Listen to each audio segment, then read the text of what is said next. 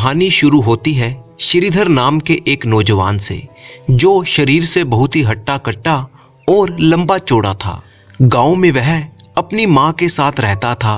उसके पिता की मृत्यु बहुत ही पहले हो चुकी थी। श्रीधर के पास कोई खेत खलियान नहीं थे, इसीलिए वो और उसकी मां लोगों के खेतों में मजदूरी का काम किया करते थे। श्रीधर की मां को अब अपने जवान बेटे की शादी की चिंता सताने लगी। वह जब भी श्रीधर से इस बारे में बात करती तो श्रीधर ये कहकर टाल देता कि माँ, इतनी गरीबी में तो हम दोनों का ही गुजारा बड़ी मुश्किल से होता है। ऐसे में मैं विवाह करके किसी और लड़की का जीवन नष्ट नहीं करना चाहता। ये बात सुनकर बेचारी माँ भी चुप हो जाया करती थी। एक दिन की बात है, श्रीधर के एक दूर के रिश्ते के मामा उनके घर आए। सालों बाद अपने किसी रिश्तेदार को देखकर माँ और बेटा बहुत ही प्रसन्न हुए। उन्होंने मामा की जितनी हो सकती थी उतनी खातिरदारी की। श्रीधर के मामा राज्य की राजधानी में नौकरी करते थे और राजमहल में उनकी अच्छी जान पहचान थी। उन्होंने श्रीधर के ताकतवर शरीर को देखकर कहा, बेटा श्रीधर, मेरी मानो तो तुम मेरे साथ राजधानी चलो। मैं तुम्हें निश्चित ही राजा के महल में सैनिक की नौकरी लगवा दूंगा। तुम्हें वेतन भी अच्छा मिलेगा और रहने को अच्छा घर भी मिल जाएगा। ये सुनकर श्रीधर बड़ा ही खुश हो गया, मानो उसके मन की मुराद पूरी हो गई हो। वो तुरंत ही इस बात के लिए राजी हो गया, परंतु उसकी माँ उसे अपने से दूर नहीं जाने देना चाहती थी। श्रीधर ने जैसे तैसे अपनी माँ को समझाया कि यदि इस दरिद्रता भरे जीवन से बाहर आना है तो यही मौका है, मुझे जाने दो माँ। आखिरकार माँ भी मान गई और श्रीधर अपने मामा के साथ राजधानी के लिए चल पड़ा। जैसा कि उसके मामा ने कहा था, राजा के महल में उसे सैनिक के रूप में रख लिया गया। समय बीतने के साथ साथ श्रीधर के घर की गरीबी भी अब दूर होने लगी थी। उसकी माँ तो गांव में ही रहती थी, परंतु श्रीधर को महल के पास सैनिकों के लिए बने हुए घरों में रहने की जगह मिल गई थी। वह हर महीने अपने वेतन में से घर का खर्चा माँ को भेज दिया करता था। शीघ्र ही वह समय भी आ गया जब श्रीधर की माँ को श्रीधर के विवाह के लिए रिश्ते आने लगे और एक सुंदर और सुशील कन्या के साथ श्रीधर का विवाह निश्चित हो गया। श्रीधर राजा की आज्ञा लेकर अपने गांव गया और विवाह करके अपनी पत्नी को भी अपने साथ ही लेता आया। श्रीधर और उसकी पत्नी वहीं महल के नजदीक बने हुए सैनिकों के घरों में रहने लगे। एक दिन की बात है, राजा अपने महल की छत पर टहल रहे थे। तभी उन्होंने देखा कि सामने के घरों में एक सुंदर सी युवती आंगन में गेहूं पीस रही थी। उसे देखते ही राजा उसकी सुंदरता पर मंत्रमुग्ध हो गया। राजा के मन में उस युवती को पाने की इच्छा जाग उठी।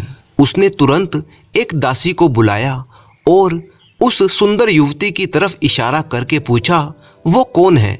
दासी ने सिर झुकाकर कहा, महाराज, वो सैनिक श्रीधर की पत्नी सुलोचना है।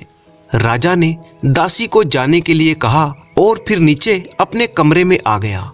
पूरा दिन राजा सुलोचना की सुंदरता के ख्यालों में डूबा रहा, यहाँ तक कि रात को भी उसे नींद न आई और वह बिस्तर पर करवटें ही बदलता रहा। उसके मन में सिर्फ सुलोचना के ही विचार घूम रहे थे। सुबह होते ही राजा ने सैनिक श्रीधर को अपने सामने हाजिर होने का हुक्म दिया। जब श्रीधर आया तो राजा ने उससे कहा, श्रीधर, कल सुबह तुम्हें हमारा एक जरूरी काम करना है। हम तुम्हें एक चिट्ठी सौंप रहे हैं। ये चिट्ठी तुम्हें हमारे पड़ोसी राजा को पहुंचानी है और साथ ही इसका जवाब लेकर भी वापस आना है। श्रीधर ने चिट्ठी ली और अपने घर लौट गया। उसने रात को चिट्ठी अपने तकिए के नीचे रख दी, सफर का सामान तैयार किया और रात घर में ही गुजारी। वह सुबह सुबह अपने सफर पर निकल गया। श्रीधर इस बात से अनजान था कि राजा ने उसके साथ चाल चली है।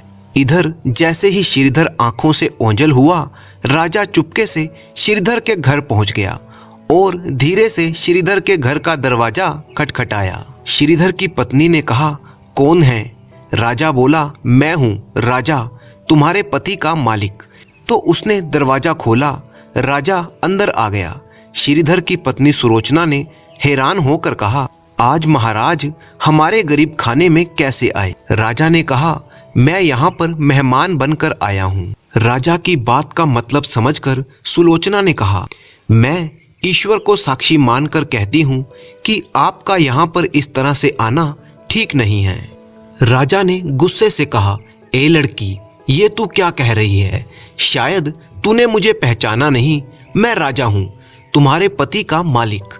सुलोचना बोली, महाराज मैं जानती हूँ कि आप राजा हैं, लेकिन बड़े बूढ़े कह गए हैं कि शेर को जितनी भी भूख लगे वो मुर्दा जानवर को तो नहीं खाना शुरू कर देता, और आप महाराज होकर उस कटोरे में पानी पीने आ गए जिसमें आपके गुलाम ने पानी पिया है। महाराज उसकी बातों से बड़े ही शर्मसार हुए और उसको छोड़कर वापस चले गए, लेकिन अपने जूते वहीं पर भूल गए।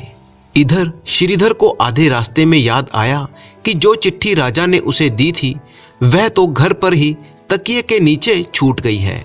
उसने घोड़े को तेजी से वापस मोड़ा और अपने घर की तरफ लपका।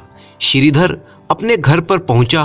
तकिए के नीचे से चिट्ठी निकालते समय उसकी नज़र पलंग के नीचे पड़े हुए जूतों पर पड़ी, जो कि राजा के जूते थे, और वो जल्दी में वहां पर भूल गया था। श्रीधर को ये समझते हुए देर ना लगी कि महाराज ने उसे सफर पर सिर्फ इसलिए भेजा था ताकि वह अपना मतलब पूरा कर सकें। श्रीधर किसी को बताए बगैर चुपचाप घर से निकला। चिट्ठी लेकर वह चल पड़ा और काम खत्म करने के बाद राजा के पास वापस आया तो राजा ने उसे इनाम के तौर पर 100 अशर्फियां दी। श्रीधर अशर्फियां लेकर बाजार गया और औरतों के इस्तेमाल करने के कीमती कपड़े, गहने और कुछ तोहफे लेकर पत्नी के पास गया। सारा सामान देखकर पत्नी ने कहा कि ये सब क्या है? श्रीधर ने कहा, तुम इन कपड़ों को पहनकर तैयार हो जाओ, हम तुम्हारे मायके चलेंगे। राजा ने मुझे इनाम दिया था और मैं चाहता हूं कि तुम ये सब पहनकर ही अपने घर जाओ। जैसा आप चाहें, कहकर पत्नी तैयार हुई और अपने पति के साथ अपने मायके पहुंच गई। बेटी और दामाद और उनके साथ लाए हुए तोहफों को देखकर माता पिता बड़े ही खुश हुए। श्रीधर पत्नी को मायके छोड़कर वापस आ गया। इसी तरह से 1 महीना बीत गया। श्रीधर ने पत्नी को ना तो कोई संदेश भेजा और ना ही उसे वापस बुलाया। फिर कुछ दिन बाद उसके साले उससे मिलने के लिए आए और कहने लगे कि आप हमें हमारी बहन से गुस्से और नाराजगी की वजह बताइए, या फिर हम आपको न्याय मंत्री के सामने पेश करेंगे।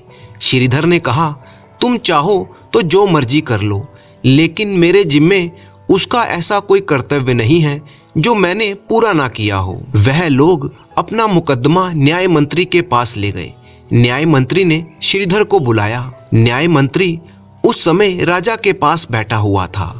लड़की के भाइयों ने कुछ इस तरह से कहना शुरू किया जिससे घर की बात बाहर वालों को समझ में ना आए, और वे बोले, हजूर, हमने फलों के पेड़ से भरा हुआ और साथ ही मीठे पानी का कुआं इस आदमी के हवाले किया था।